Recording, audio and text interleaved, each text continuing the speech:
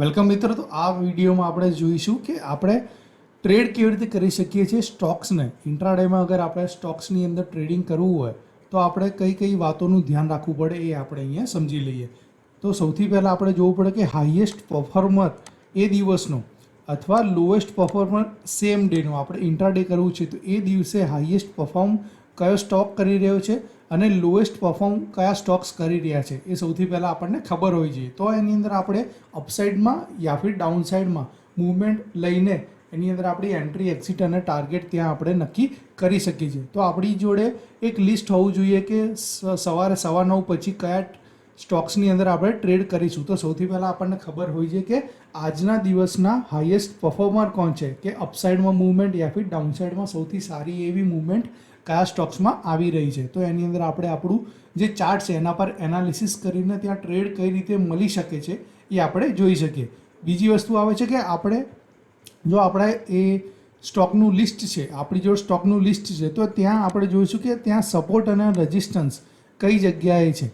અગર market downside જઈ રહ્યું છે, કોઈ સ્ટોક આપણે ચેક કરીએ છીએ, એનો ચાર્ટ આપણે જોઈએ છીએ અને એની અંદર માર્કેટ એ સ્ટોક છે એ નીચે જઈ રહ્યો છે તો ત્યાં આપણે જોઈશું કે કઈ જગ્યાએ એવો સપોર્ટ છે જ્યાંથી માર્કેટ ફરીથી આ સ્ટોક છે એ અપસાઇડમાં જઈ શકે યા ફિર માર્કેટમાં ડાઉનસાઇડની મૂવમેન્ટ આવી રહી છે. તો સ્ટોક્સમાં બી અગર ડાઉનસાઇડની મૂવમેન્ટ આવી રહી છે તો કઈ એવી જગ્યા છે જ્યાંથી આપણે એને ફરીથી શોર્ટ કરી શકીએ ડાઉનસાઇડ માટે.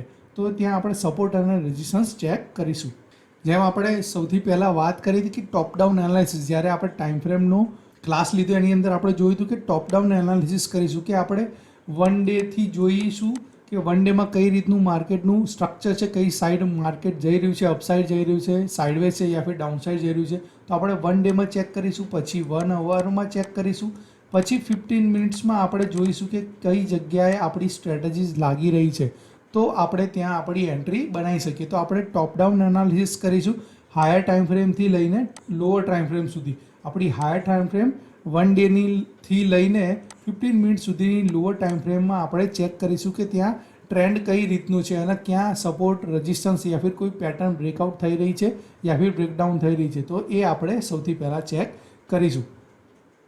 એના પછી આપણે જોઈશું કે ટ્રેડ લેવો છે તો આપણે બ્રેકઆઉટ માટે લેવો છે કે બ્રેકડાઉન માટે લેવો છે.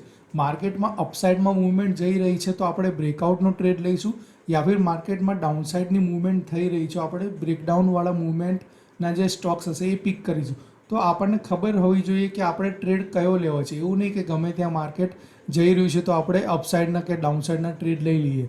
એના માટે પર્ટિક્યુલર આપણને ખબર હોવી જોઈએ કે આ સ્ટોક છે એ મારા બ્રેકઆઉટવાળા સ્ટોક છે તો આપણે અપસાઇડ માટે મૂવમેન્ટનું જોઈશું અને આ સ્ટોક્સનું લિસ્ટ છે જેની અંદર બ્રેકડાઉન થઈ શકે છે આપણે એમાં ડાઉનસાઇડ માટેનો શોર્ટ પોઝિશન ઇન્ટ્રાડે માટે લઈ શકીએ છીએ. તો આપણને ખબર હોવી જોઈએ કે કઈ રીતના જો મારા લિસ્ટ છે એ પિક આપણને કરતાં આવડવું જોઈએ.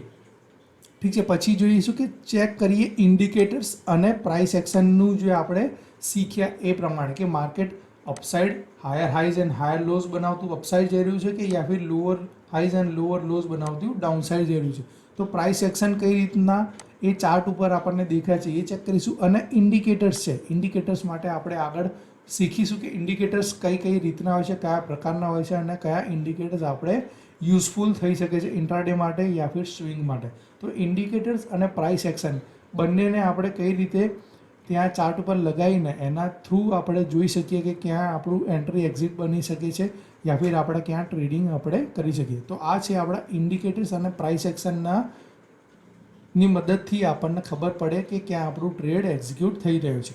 પછી સૌથી મેઇન ઇમ્પોર્ટન્ટ આવી જાય છે કે રિસ્ક અને રિવોર્ડ. આપણો પરફેક્ટ રિસ્ક અને રિવોર્ડ મેનેજ કરીને આપણે ટ્રેડ એક્ઝિક્યુટ કરવો પડે છે. એવું નહીં કે મને અહીંયા 0.5નો પ્રોફિટ થઈ રહ્યો છે તો હું ટ્રેડ લઈ લઉં. ના, આપણને ખબર છે કે આ જગ્યાએ અગર માર્કેટ અપસાઇડ જઈ રહ્યું છે તો મારે અહીંયા એન્ટ્રી લઈશ તો મને હું અહીંયા સ્ટોપ લોસ રખાઈશ મારો તો અહીંયા મને ટાર્ગેટ મળશે. તો મારું 1:2 યા ફિર 1:3નો અગર રિસ્ક અને રિવોર્ડ મેચ થશે, મારો રિસ્ક અને રિવોર્ડ મેચ થશે તો જ હું ત્યાં ટ્રેડ લઈશ. અગર મને અહીંયા સ્ટોપ લોસ અહીંયા છે, મારું એન્ટ્રી અહીંયા છે અને ટાર્ગેટ આટલો જ છે તો અહીંયા મારો સ્ટોપ લોસ મોટો છે પણ ટાર્ગેટ બહુ નાનો છે તો હું આ ટ્રેડ નહીં લઉં. અહીંયા મારો સ્ટોપ લોસ નાનો છે અને ટાર્ગેટ મારો મોટો છે આ ટાર્ગેટ મારો મોટો છે તો આને હું પ્રિફર કરીશ. તો આપણને ખબર હોવી જોઈએ કે કઈ જગ્યાએ મારો રિસ્ક અને રિવોર્ડ છે એ મેચ થઈ રહ્યો છે તો હું ટ્રેડ મારો એક્ઝિક્યુટ કરાવું. અગર નથી થઈ રહ્યો તો આપણે એને અવોઇડ કરીશું. એવું જરૂરી નથી કે દરેક ટ્રેડની અંદર આપણી એન્ટ્રી બને જ બને. ઠીક છે, તો એ વસ્તુ આપણે ધ્યાન રાખીશું કે આપણું રિસ્ક અને રિવોર્ડ જ્યારે મેનેજ થાય ત્યારે જ આપણે ટ્રેડ લઈએ. મેન્ટેન કરીશું આપણો રિસ્ક ટુ રિવોર્ડ મિનિમમ 1:2. મતલબ આપણે ₹1 લોસ કરીએ છીએ તો સામે આપણને ₹2 પ્રોફિટ થવો જોઈએ. ઠીક છે, આપણે 1000નો લોસ કરીએ, 1000નો લોસ કરીએ તો સામે આપણને 2000નો પ્રોફિટ થવો જોઈએ, યા 3000નો પ્રોફિટ થવો જોઈએ, 1:3, 1:4.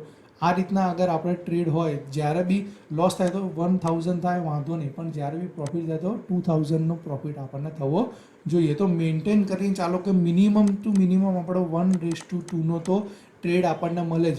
અગર ના મળે 1:1નો મળે છે કે 50 પોઈન્ટ મારે લોસમાં જઈ રહ્યો છું ને 50 પોઈન્ટનો ટાર્ગેટ બની રહ્યો છે તો આપણે એને અવોઇડ કરીશું, ત્યાં આપણી એન્ટ્રી નહીં બને.